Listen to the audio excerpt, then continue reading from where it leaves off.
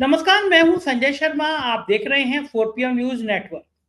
मैं बड़ा हैरान था कि चंद्रबाबू नायडू और नीतीश कुमार को नाराज कर आखिर भारतीय जनता पार्टी वक्फ बिल इन तारीखों पे क्यों लाना चाहती है, शुरुआत में ही अप्रैल के क्यों लाना चाहती है।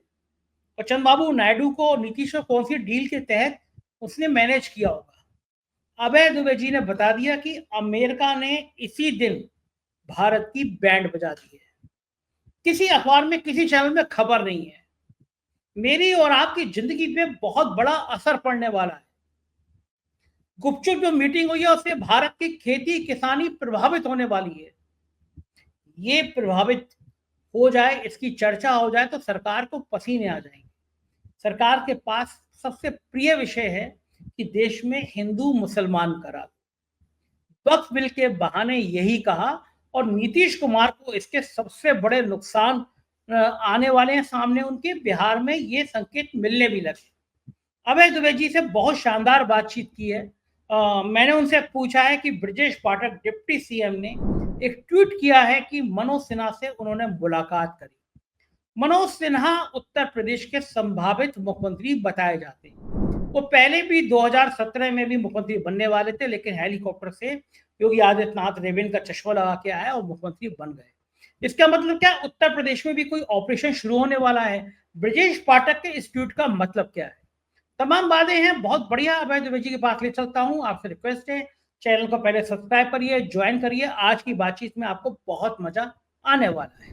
4 PM न्यूज नेटवर्क में स्वागत है अभय दुबे जी आपका। वक्फ बिल पे किसको फायदा हुआ, किसको नुकसान हुआ, इस पर पूरे देश की अलग अलग लोगों का मत है, अलग अलग चर्चाएं हैं। भारतीय जनता पार्टी का समर्थकों का मानना है कि उनको तो फायदा हो गया।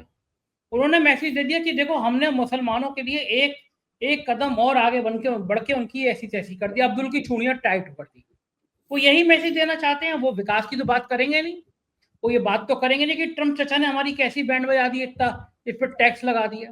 वो ये बात तो करेंगे नहीं कि बेरोजगारी दर क्या है, किसान मर रहे हैं, मध्यम वर्गीय परिवार की हालत क्या है। उनको हर बार एक मुसलमानों को टाइट कर दिया, ये मैसेज देना है देश को। वो देश दे रहे हैं। लेकिन बड़ा सवाल यह है कि ये नीतीश और चंद्रबाबू नायडू अब लाख सफाई दें कि हमने अपना संशोधन पास करा दिया, हमने अपनी बात कर ली। क्या मुसलमान अब मानेंगे? क्योंकि ये एक ऐसा विधेयक था जो मुसलमानों के संग सीधा जुड़ा हुआ था। कई कई टीके एक एक करके बात कर लेते हैं। संजय सिंह ने, संजय राउत ने, सबने कहा कि भाई मेरी जमीन, आप कौन होते हैं? कपिल सिब्बल ने भी कहा। तो ये मैं जानना चाहता हूं कि दो बातें, कि किस पॉलिटिकल पार्टी ने सबसे तीखी बहस करी और इसका क्या फायदा हुआ भाजपा को, या चंद्रबाबू नायडू, नीतीश कुमार ने अपनी एक बहुत बड़ी जमीन खो दी। अभय जी। देखिए, मैं तो ये मानता हूं कि चंद्रबाबू नायडू, नीतीश कुमार और चिराग पासवान और जयंत चौधरी, मैं इन दोनों नेताओं को भी जोड़ लेता हूं उसमें, इन चारों ने काफी सोच समझ के ये फैसला किया।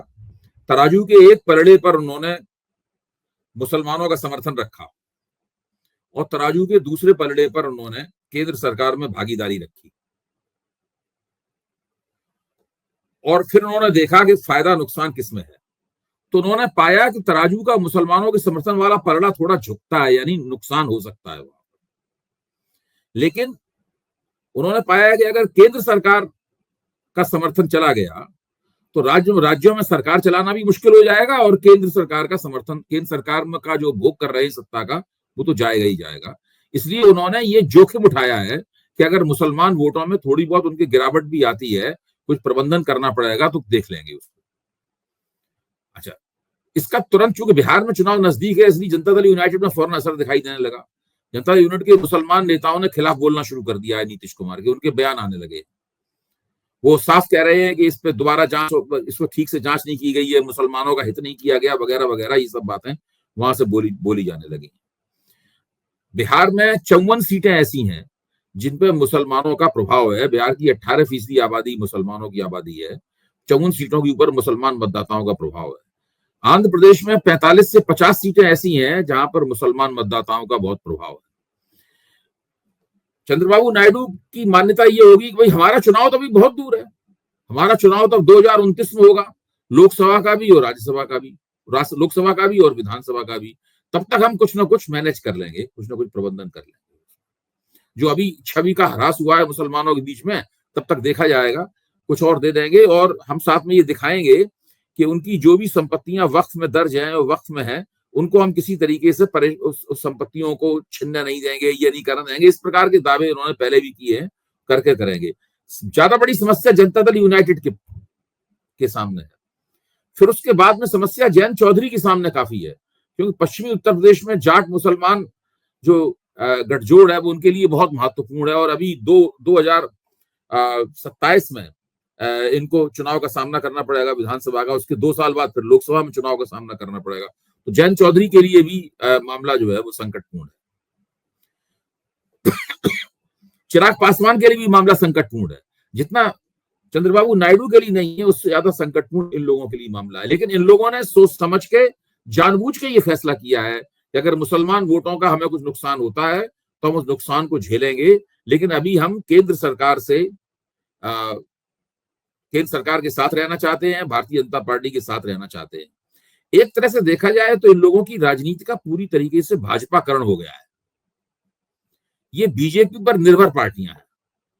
देखा जाए तो बीजेपी इन पर निर्भर नहीं है, जैसा कि हम लोग समझते थे कि बीजेपी इन पर निर्भर है। इन्होंने अपने आचरण से ही दिखाया है कि ये भारतीय जनता पार्टी के मोहताज हैं, भारतीय जनता पार्टी इनकी मोहताज नहीं है।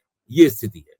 चंद्रबाबू नायडू की भी यही स्थिति बन गई है, नीतीश कुमार की भी यही स्थिति बन गई है, जैन चौधरी और चिराग पासवान की भी यही स्थिति बन गई है। कम से कम वक्फ बिल ने ये तो साबित कर दिया है कि ये लोग भारतीय जनता पार्टी के हाथ के प्यादे हैं। भाजपा जैसे चाहती है इन प्यादों को आगे या पीछे बढ़ाती है। लेकिन ये क्या सोचा नहीं था नीतीश ने कि बिहार में मुसलमानों का एक बड़ा तबका नीतीश को सपोर्ट करता रहा है, नीतीश के साथ आता रहा है। अब आपने एक झटके में सारे मुस्लिम वोट तेजस्वी की झोली में डाल दिए। ये साबित हो गया कि आप कितने भी गुणा भाग करो, आप मुसलमानों के खिलाफ। को काफी फायदा है इसमें। देखिए, उधर तेजस्वी को बहुत फायदा है, उधर अखिलेश को बहुत फायदा है। इसका मतलब है कि पश्चिमी उत्तर प्रदेश में अब मुसलमान यादव गठजोड़ तैयार होगा, मुसलमान जाट गठजोड़ की बजाय, बहुत बड़े पैमाने पर। और अगर कांग्रेस के गठजोड़ के कारण जाटव वोट इधर गए, इंडिया गठबंधन की तरफ गए, तो पूरे पश्चिमी उत्तर प्रदेश में जाटव अच्छी खासी संख्या में है। दलित, जाटव, यादव और मुसलमान, इनका जबरदस्त गठजोड़ जो है अपनी दावेदारी दिखाएगा पश्चिमी उत्तर प्रदेश में। यहाँ पे तो तेजस्वी को बहुत लाभ है। जो थोड़ा बहुत वोट नीतीश की तरफ जाता था, उसका अच्छा खासा हिस्सा नीतीश का साथ छोड़कर अब महागठबंधन में जाएगा। तो ये नुकसान तो हो गया है महागठबंधन को। लेकिन भारतीय जनता पार्टी का जो आइडियोलॉजिकल एजेंडा था, उस आइडियोलॉजिकल एजेंडे की गोटी लाल करने के लिए इन लोगों ने अपने मुसलमान समर्थन की बलि दे दी है। अच्छा, मुझे बताइए कि ऐसा कौन सा वक्फ बोर्ड का बिल था जिसके लिए बीजेपी इतनी परेशान थी? कहाँ तो 32 लाख मुसलमानों को तुमने अभी कुछ दिन पहले ही ईदी भिजवाई है प्रधानमंत्री जी ने, और कहाँ आप मुसलमानों के दिल को जो दुख पहुंचा रहा है उस वक्फ बोर्ड को बिल को लेकर चले आए। ये ऐसी कौन सी हड़बड़ी थी, ऐसी कौन सी परेशानी थी? वैसे आमतौर पे वक्फ की चर्चा नहीं होती संस्था के तौर पे, लेकिन मुस्लिम पॉलिटिक्स में वक्फ का बहुत महत्व है। अगर आप मुसलमान पॉलिटिक्स का इतिहास देखें तो जितने भी बड़े बड़े मुसलमान नेता रहे हैं, उनकी राजनीति वक्फ से शुरू हुई है और वक्फ के सवाल पे ही उनकी राजनीति का खात्मा भी हुआ है। वक्फ बहुत महत्वपूर्ण चीज है, इतनी महत्वपूर्ण चीज है वक्फ के सारे देश में तीसरे नंबर की ऐसी संस्था है जिसके पास फौज और रेलवे के बाद सबसे ज्यादा जमीन और सबसे ज्यादा संपत्तियां हैं। तो वक्फ बहुत बड़ी चीज है और इस वक्फ का इस्तेमाल मुस्लिम समाज का जो इलीट है, मुस्लिम समाज का जो ऊपरी हिस्सा है, वो काफी करता रहा है। इसमें एक ऐसा क्लॉज होता है, एक ऐसा अनुच्छेद होता है जिसमें मुस्लिम समाज का एलीट, पुराने राजे नवाब जो थे, वो तालुकेदार वगैरह थे, वो अपनी जमीन, अपनी जायदाद को अपने ही औलाद के लिए वक्फ करते थे। यानी जैसे कि नवाब पटौदी की तमाम जमीन जायदाद जो अरबों रुपए की है, वो वक्फ में है। मतलब जो है, अब उनका क्लेम ये है कि हमने अपनी औलाद के लिए इसको वक्फ किया था, ये सारे वक्फ के लिए नहीं है। तो इस प्रकार के बहुत सारे विवाद इस मसले से जुड़े हुए हैं। और भारतीय जनता पार्टी ये सोचती थी कि 2013 में जब कांग्रेस सरकार वक्फ कानून लेके आई थी, तो भाजपा ने उसको 100% उस वक्फ कानून का समर्थन कर दिया था। तो ये भाजपा ये मानती थी कि हमारे ऊपर ये दाग है और इसलिए इसको दाग को धोना जरूरी है। इसलिए भाजपा ने इसको आइडियोलॉजिकल एजेंडे के तौर पे लिया और अपने ही दिए हुए, अपने ही नेताओं के दिए हुए बयान और अपने घोषणा पत्र में जो उन्होंने लिख रखा है उसको भी काटते हुए ये लोग ये कानून यहां पर लाए। इससे ना एक और फायदा हुआ कि ये कानून इस तरह से इस खास तारीख को लाए, ये मतलब ये कानून कल और आज में 2 और 3 तारीख को कानून लाया गया, ठीक उस वक्त लाया गया कानून जब ट्रंप को भारत के ऊपर रेसिप्रोकल टैरिफ लगाने थे। तो क्या हुआ कि संसद में, संसद के बाहर, मीडिया में इस बात की कोई चर्चा नहीं हुई। देखिए ये कोई छोटी मोटी बात नहीं है। डोनाल्ड ट्रंप ने भारत के ऊपर 26% का टैरिफ लगा दिया, जिसको वो रेसिप्रोकल टैरिफ कहते हैं। रेसिप्रोकल टैरिफ का क्या मतलब हुआ, यानी हम पे जितना लगाया गया है हमने उतना ही लगा दिया, जबकि ये झूठ बात है। वो मोदी जी के इस मामले में चाचा है ट्रंप। मोदी जी इतना झूठ बोलते हैं, ट्रंप उससे ज्यादा झूठ बोलते हैं। मोदी जी झूठा नैरेटिव बनाने में माहिर हैं। ट्रंप ने कहा देखिए हम तुम्हें बताते हैं झूठा नैरेटिव कैसे क्या होता है। स्थिति यह है कि भारत ने अमेरिकी माल के ऊपर जो टैरिफ लगा रखा है वो एवरेज 17% है, 17% है टैरिफ। तो अगर रेसिप्रोकल टैरिफ लगाना था तो अमेरिका को भी 17% टैरिफ लगाना चाहिए था। अमेरिका ने उससे 9% ज्यादा टैरिफ लगाया है और अमेरिका कह रहा है कि ये हमारा रेसिप्रोकल टैरिफ है और मोदी जी की सरकार उसका खंडन नहीं कर रही। आप जानते हैं कि वाणिज्य मंत्रालय में इस वक्त एक कंट्रोल रूम बना हुआ है। इस कंट्रोल रूम की कहीं कहीं चर्चा भी हुई है, लेकिन ज्यादा चर्चा नहीं हुई, वक्त सारी जगह घेर ली। वाणिज्य मंत्रालय में एक कंट्रोल रूम बना हुआ है जहां पर वाणिज्य मंत्रालय के और अर्थ मंत्रालय के सारे विशेषज्ञ बैठे हुए हैं, अफसरशाही पूरी बैठी हुई है। ट्रंप के कल रात भर वो लोग इंतजार करते रहे कि कल ट्रंप की क्या घोषणा होती है। रात भर जगते रहे लोग। फिर जब 26% टैरिफ की घोषणा हुई तब फिर जोड़ बाकी गुड़ा भाग करना शुरू किया और वहां से कोई खबर नहीं आ रही है। सारी खबरों को इन लोगों ने गुप्त रखा हुआ है। अब ये गोपनीयता की वजह क्या है अगर आप पूछेंगे तो मैं ये भी बताऊंगा। हाँ बताइए ना, क्योंकि ये बड़ा महत्वपूर्ण सवाल है हमारे आपके। देखिए ये जो पूरा टैरिफ का खेल है, ये टैरिफ का खेल अभी तो अप्रैल का पहला हफ्ता चल रहा है। ये टैरिफ का खेल तो मार्च के आखिरी हफ्ते में हो गया था। ये टैरिफ का खेल हुआ है 25 तारीख से 29 मार्च के बीच में। ये कैसे हुआ? 25 तारीख को अमेरिकी वाणिज्य विभाग का एक प्रतिनिधिमंडल भारत आया जिसके नेता थे ब्रेंडन लिंच। तो उन्होंने आके तय किया कि हम भारत के तमाम किसानों को और भारत के तमाम मैन्युफैक्चरर्स को बाजार में लिंच कर देंगे। लिंच का मतलब आप जानते हैं क्या होता है? जब भीड़ किसी को बेभाव पीटती है और पीटते पीटते मार डालती है तो वो कहते हैं उसको लिंच कर दिया गया, वो लिंचिंग मॉब थी, यही तो बोलते हैं। तो ब्रेंडन लिंच साहब आए तो उन्होंने कहा कि हम बिल्कुल भारत के हर किसान को लिंच कर देंगे, किसानों का माल लिंच कर दिया जाएगा इंडिया के मार्केट में और तमाम मैन्युफैक्चरर्स का माल भी लिंच कर दिया जाएगा इंडिया के मार्केट में। क्यों? हम टैरिफ के मार की जरिए उसको लिंच कर देंगे। और उन्होंने भारत के वाणिज्य मंत्रालय के अफसरों को और अर्थ मंत्रालय के अफसरों को बहुत आंखें दिखाई, धमकी भरे अंदाज में सारी बातचीत की और यह दबाव डाला कि जो बायलैटरल ट्रेड एग्रीमेंट होने वाला है दोनों के बीच में, जो द्विपक्षीय व्यापार समझौता होने वाला है, इस द्विपक्षीय व्यापार समझौते में भारत के कृषि क्षेत्र को भी शामिल किया जाए। जबकि ये भारतीय अर्थव्यवस्था का इतिहास है कि कभी भी बीटीए में, बायलैटरल ट्रेड एग्रीमेंट में, कृषि क्षेत्र को शामिल नहीं किया जाता है।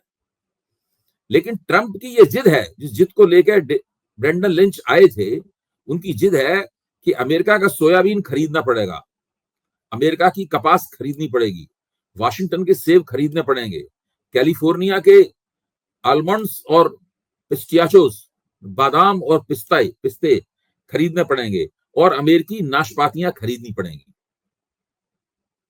ये वो बिल्कुल दबाव डालने के लिए आए थे और अभी तक भारत सरकार उनसे साफ तौर पर मना नहीं कर पाई है कि हम आपकी बात नहीं मानेंगे। भारत सरकार ने ब्रेंडन लिंच के सामने जो जो बातें रखी, उन्होंने हमें हर बात पे वो नो नो नो करते रहे और नो एक भी बात इनकी नहीं मानी और वो ये सब कर करके 29 तारीख को उन्होंने रवानगी डाल ली और उसके 4 दिन बाद डोनाल्ड ट्रंप ने 26% टैरिफ ठोक दिया। तो ये स्थिति है। भारत सरकार पूरी तरीके से दबी हुई है, उनके सामने मुंह नहीं खोल सकते, कुछ नहीं कर सकते, चुप रहते हैं, बयान नहीं जारी करते हैं। ब्रेंडन लिंच की टीम आई, इतने दिन बातचीत होती रही, एक खबर नहीं लीक होने दी। कभी आपने पढ़ी कई खबर? ये मुझे भी आज पता चली ये खबर। ये वो भी कैसे, जब अखबार में एक छोटी सी खबर थी कि एक वहां पे कंट्रोल रूम बनाया गया है या वार रूम बनाया गया है, उसमें उसी के नीचे एक खबर थी छोटी सी कि एक ब्रेंडन लिंच की लीडरशिप में एक टीम आई थी, उसने इतने दिनों तक ट्रैफिक टैरिफ से इनके बारे में बातचीत की, और साथ में ये भी है कि भारत ने जो कुछ भी कहा उस पर उन्होंने खामी नहीं भरी। तो ये इस तरीके से पूरा काम टैरिफ का, ये पोशीदा तरीके से, खुफिया तरीके से ये सारा का सारा काम टैरिफ का चला रहे हैं, क्योंकि इसकी खबर अगर लीक होकर जाएगी तो बड़ी भद्द होगी, पूरे बाजार पे इसका असर पड़ता है, अर्थव्यवस्था में तूफान आ जाता है। आपको ध्यान होगा कल स्टॉक मार्केट कितना जबरदस्त गिरा था। फरवरी के बाद में सबसे ज्यादा गिरावट कल हुई थी स्टॉक में, वो इसी वजह से हुई थी। तो आपका कहना यह है कि अमेरिका ने जो माई फ्रेंड ट्रम्प, तो प्रधानमंत्री नारा लगाते थे, अब की बार ट्रम्प सरकार, उस ट्रम्प जी ने, ट्रम्प चचा ने हमारे प्रधानमंत्री की बैंड बजा दी। और आपका मानना यह है कि जो बैंड बजी वो जनता तक ना पहुंचे, इसीलिए उसी टाइम वो वक्फ का बिल ले आए, और दिन भर गोदी मीडिया उस पर ये साबित करने में लगा कि साहब वक्फ बिल जो है मुसलमानों का बड़ा हितैषी है। ये कुछ गोदी मीडिया की भाषा वैसी थी। जब मुझे बड़ा मजा आता है देखकर, जब प्रधानमंत्री जी किसानों के लिए 3 काले कानून लेकर आए, तो गोदी मीडिया ने कहा ये एक तुर्क का इक्का है। मोदी जी ने देश के किसानों की तकदीर बदल दी, तस्वीर बदल दी। अब ये जो 3 बिल आए, ये पूरे किसानों की खेती में, उनके जीवन में क्रांति ला जाएंगे। खैर बहुत लंबा समय तक आंदोलन हुआ, 700-800 किसान मर गए। चुनाव के टाइम में के बाद में देखकर कि हमारी बैंड बच जाएगी, प्रधानमंत्री जी ने कहा वो वापस ले लियो, कहा कि मेरी तपस्या में कमी रह गई थी। उसी मोदी मीडिया ने कहा कि ये बिल वापस लेकर फिर मोदी जी ने तुर्क का इक्का चला है। तो मतलब अगर वो बिल ले आए तो वो तुर्क का इक्का है, वो बिल वापस ले लें तो वो तुर्क का इक्का, यानी मोदी जी जो भी कहेंगे वो तुर्क का इक्का होगा। तो आपको कहना है कि वक्फ बिल जो लाए वो केवल इसलिए लाए क्योंकि अमेरिका के जो चचा ट्रंप ने जो बैंड बजाई है वो छुपी रहे, वो दबी रहे, आम आदमी समझ ना पाए, और हमारी मोदी मीडिया इसकी कोई चर्चा करेगी नहीं। क्या यही खेल है, यही रणनीति है?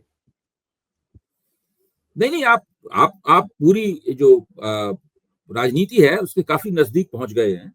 मैं इसमें इतना और जोड़े देता हूं इसमें कि ये जो पूरा प्रपंच रचा गया है, खासतौर से इस टैरिफ को छिपाने का, इसकी जब पूरी असलियत सामने आएगी तो हम सब लोगों के होश उड़ जाएंगे। मेरा मानना यह है कि इस वक्त दवा उद्योग पर टैरिफ लग चुका है, कपड़ा पर टैरिफ लग चुका है, स्टील पर टैरिफ लग चुका है, अल्युमिनियम पर टैरिफ लग चुका है, कारों के ऊपर टैरिफ लग चुका है, सबके ऊपर टैरिफ लग चुका है। और टैरिफ भारत जितना लगाता है उससे 7-8% ज्यादा टैरिफ, 9% ज्यादा टैरिफ लगा है।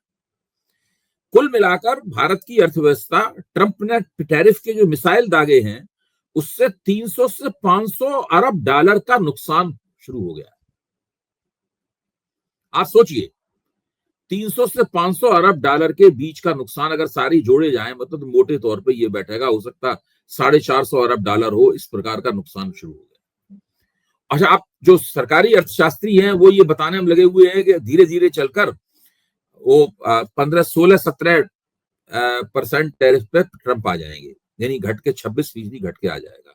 यानी आज जो भारत का औसत टैरिफ है वो अमेरिका वो टैरिफ लगा देगा।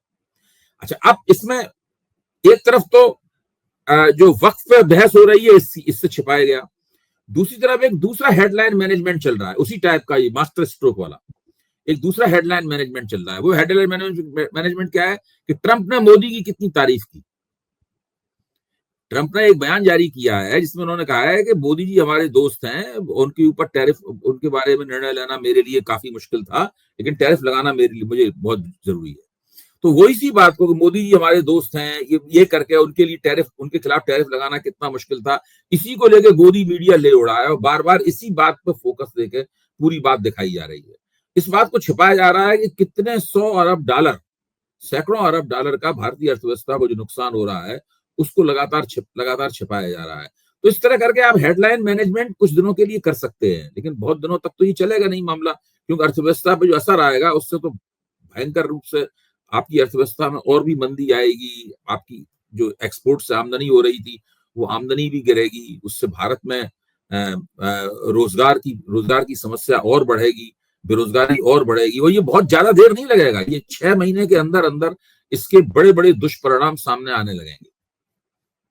अच्छा, पार्लियामेंट में जो बहस हुई उसमें कई सारी रोचक चीजें भी सामने आई। अखिलेश यादव ने कहा कि यहाँ पे बहस कर रहे हैं, बड़ी वाली पार्टी है जो बहुत बड़ा दावा करती है, अपना अध्यक्ष तक नहीं चुन पा रही है। मतलब वो जानबूझकर उन्होंने उस जगह पे पॉइंट किया जो बीजेपी की दुखती हुई नस है, कि भाई उनको राष्ट्रीय अध्यक्ष चुनने में कितनी परेशानी आ रही है, राष्ट्रीय अध्यक्ष वो चुन नहीं पा रहे हैं और तमाम मुखालफत हो रही है, तमाम जगह इसकी बातें हो रही हैं। लेकिन अभय जी, एक आज की सबसे बड़ी घटना जो मैं मानता हूं कि आज दिन भर की वक्फ बोर्ड की से ज्यादा बड़ी घटना है, जिस पे कोई चर्चा नहीं हो रही, जिस पे कोई ध्यान नहीं दे रहा। मैंने अपने कल के वीडियो में कहा था कि मुझे एक मिनिस्टर का फोन आया कि उत्तर प्रदेश में क्या कुछ बड़ा हंगामा होने जा रहा है। उन्होंने मुझसे कहा कि मनोज सिन्हा पहुंच गए हैं, कोई बड़ी बात होगी। उसके बाद आज सुबह ही हमने वो वीडियो लगाया है कि बहुत सारे ब्यूरोक्रेट ने मुझसे पूछा कि उत्तर प्रदेश में कुछ हो गया क्या, मनोज सिन्हा की एंट्री। लेकिन ये सारी बातें जब चर्चा का विषय होती, ठीक है, ये गॉसिप है, ये कहानियां हैं, ये चर्चा है जो बलिया से लखनऊ तक, लखनऊ से नोएडा तक, नोएडा से दिल्ली तक चलती रहती है, पॉलिटिकल गलियारे में चलती है, ब्यूरोक्रेटिक गलियारे में चलती है। लेकिन एक बड़ी घटना ये हुई कि जब मनोज सिन्हा की ऐसी नाम चल रही है, और आप तो जानते हैं मनोज सिन्हा को पिछली बार भी 2017 में वो तो आ गए थे, उनसे कहा गया था जाइए आपको शपथ लेनी है, वो चले गए थे, काशी विश्वनाथ के मंदिर में पूजा अर्चना करी थी। लेकिन जो घटनाक्रम बदला, अमित शाह ने कहा नहीं, योगी आदित्यनाथ, और हेलीकॉप्टर से रेवेन का चश्मा लगाए हुए योगी आदित्यनाथ एंट्री कर गए। लेकिन बड़ी बात यह है, इन सारी कवायद के बीच उत्तर प्रदेश के डिप्टी सीएम ब्रजेश पाठक, जो अमित शाह के राइट हैंड माने जाते हैं, और कल परसों में अमित शाह ने जो बागी विधायक थे समाजवादी पार्टी के राकेश सिंह, अभय सिंह, उन्होंने एक दागी बिल्डर है संजय सेठ तो राज्यसभा का सदस्य बन गया, जिसमें लखनऊ की तमाम जमीन कब्जाने के आरोप लगते रहते हैं, उनके संग अमित शाह से मुलाकात करी। और आज ब्रजेश पाठक ने एक ट्वीट किया है, उसमें ट्वीट में वो मनोज सिन्हा के साथ बैठे हुए तो लिखा है कि दिल्ली में जम्मू कश्मीर के उपराज्यपाल मनोज सिन्हा से मुलाकात की। ऐसे माहौल में जब योगी आदित्यनाथ को हटाने की चर्चा चल रही है, मनोज सिन्हा को लाने की चर्चा चल रही है, डिप्टी सीएम ब्रजेश पाठक कोई ऐसे तो नहीं है कि वो गए होंगे नेताजी से मिलने के लिए, भावुकता में उन्होंने ट्वीट कर दिया होगा। मनोज सिन्हा के संग फोटो ट्वीट करने के बाद उत्तर प्रदेश की राजनीति में भूचाल आ गया है। आपको क्या लगता है, ये पॉलिटिकल ट्वीट, इसके बाद वक्त में हमने झंडे गाड़ दिए, मोदी जी मोहन भागवत से मुलाकात कराए, मनोज सिन्हा से मुलाकात की डिप्टी सीएम ब्रजेश पाठक ने, फोटो ट्वीट किया, इसका मतलब अब ऑपरेशन योगी उत्तर प्रदेश में शुरू हो सकता है।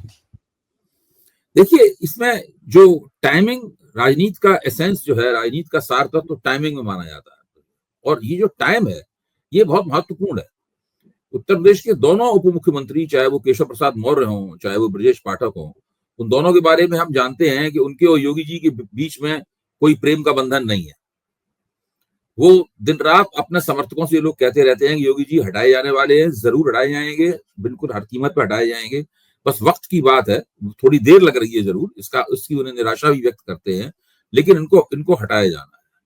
तो जितने भी लोग योगी आदित्यनाथ के विरोधी हैं, वो जब एक जगह जमा हो रहे हैं, अब जो मनोज सिन्हा है वो तो योगी आदित्यनाथ के समर्थक नहीं है, सब लोग जानते हैं उनको। अगर वो तो मुख्यमंत्री बनते बनते बचे, अगर योगी आदित्यनाथ नहीं होते तो वही मुख्यमंत्री होते उत्तर प्रदेश के।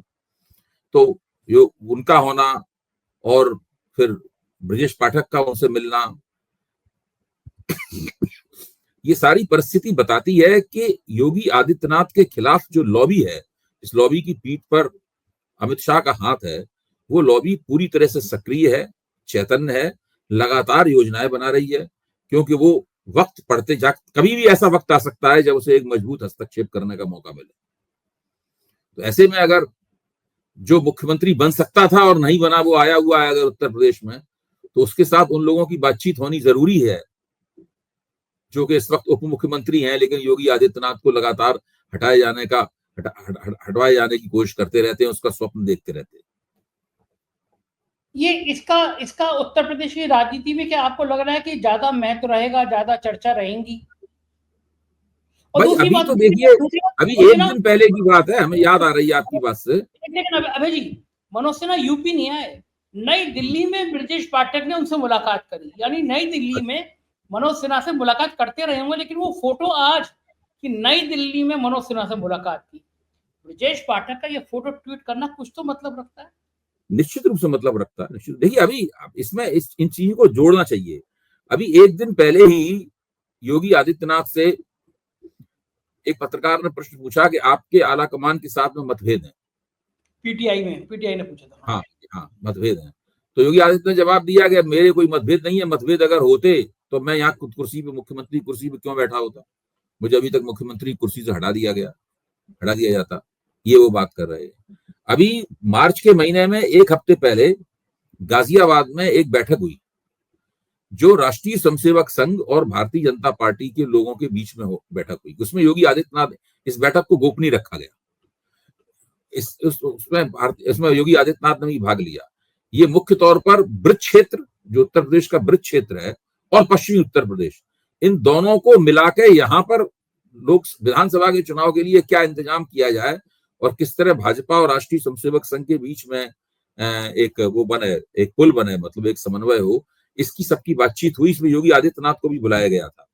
मुझे नहीं पता कि उप मुख्यमंत्रियों को इस बैठक में बुलाया गया था या नहीं बुलाया गया था, क्योंकि ये बैठक राष्ट्रीय स्वयंसेवक संघ की पहलकदमी पे बुलाई गई थी, इसलिए जाहिर है कि इन दोनों उप मुख्यमंत्रियों को नहीं बुलाया गया होगा। योगी आदित्यनाथ इसीलिए इस बैठक में बुलाए गए क्योंकि राष्ट्रीय स्वयंसेवक संघ की पहलकदमी पर यह बैठक हुई थी।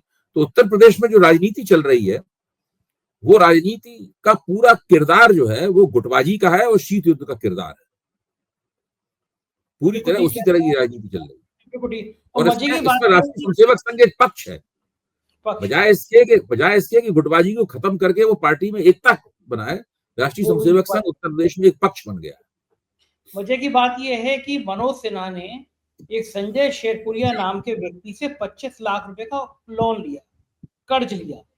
बाकायदा चुनावी हलफनामे में उन्होंने जिक्र किया कि मैंने संजय शेरपुरिया से 25 लाख रुपए का कर्जा लिया। 25 लाख रुपए का कर्जा, भाई आप और मैं मांगेंगे, कोई आदमी से 5 लाख रुपए तो 1000 बार देखेगा, हम दे पाएंगे नहीं दे पाएंगे, वापस कर पाएंगे नहीं कर पाएंगे। 25 लाख का कर्जा मनोज सिन्हा को दिया संजय शेरपुरिया ने। और योगी जी की जो सबसे प्रिय टीम है एसटीएफ, ममता वाली एसटीएफ, उस एसटीएफ ने संजय शेरपुरिया को सबसे बड़ा ठग बताते हुए जेल भेज दिया। यानी मनोज सिन्हा ने जिससे कर्जा लिया, योगी सरकार की एसटीएफ ने संजय शेरपुरिया को जेल भेज दिया कि सबसे बड़ा ठग है। अब मुझे बताइए कि मैं और आप एक ठग से पैसे ले लेते उधार और ठग गिरफ्तार हो जाते, बड़ी बड़ी कहानियां आती है, तो बड़ा भारी ठग है, इसके यहाँ से रिश्ते वहां से रिश्ते, तो पुलिस हमें और आपको उठा के 4 डंडे मार के बंद करती। तुम बताओ तुम्हारे ठग से रिश्ते क्या? ठीक है, मनोज सिन्हा से आज तक पूछताछ नहीं हुई कि तुमने 25 लाख रुपए, भैया अगर वो ठग है तो उस ठग ने तुम्हें दिए क्यों? अरे भैया वो संवैधानिक पद पे है, आप कैसी बात कर रहे हैं संजय जी? वो संवैधानिक पद पे है, वो कश्मीर के उपराज्यपाल हैं। अब मुझे बताइए, अब वो मुख्यमंत्री बन गए, कश्मीर के वास्तविक प्रशासक हैं, वो प्रशासक बन गए मुख्यमंत्री, वो एसटीएफ को बुला के पूछेंगे जिससे मैंने लोन लिया था तुमने उसे बंद कर दिया भाई। खैर बड़ा मजा आएगा आने वाले दिनों में राजनीति। बहुत बहुत शुक्रिया अभय जी, आपने इतना समय दिया, थैंक यू सर। सीधे अभय दुबे, और आज राजनीति के विस्तार से एक एक परत उन्होंने खोली है। मुझे आपके प्यार भरे कमेंट का इंतजार रहेगा, जरूर बताइएगा बातचीत कैसी लगी। शुक्रिया, थैंक यू।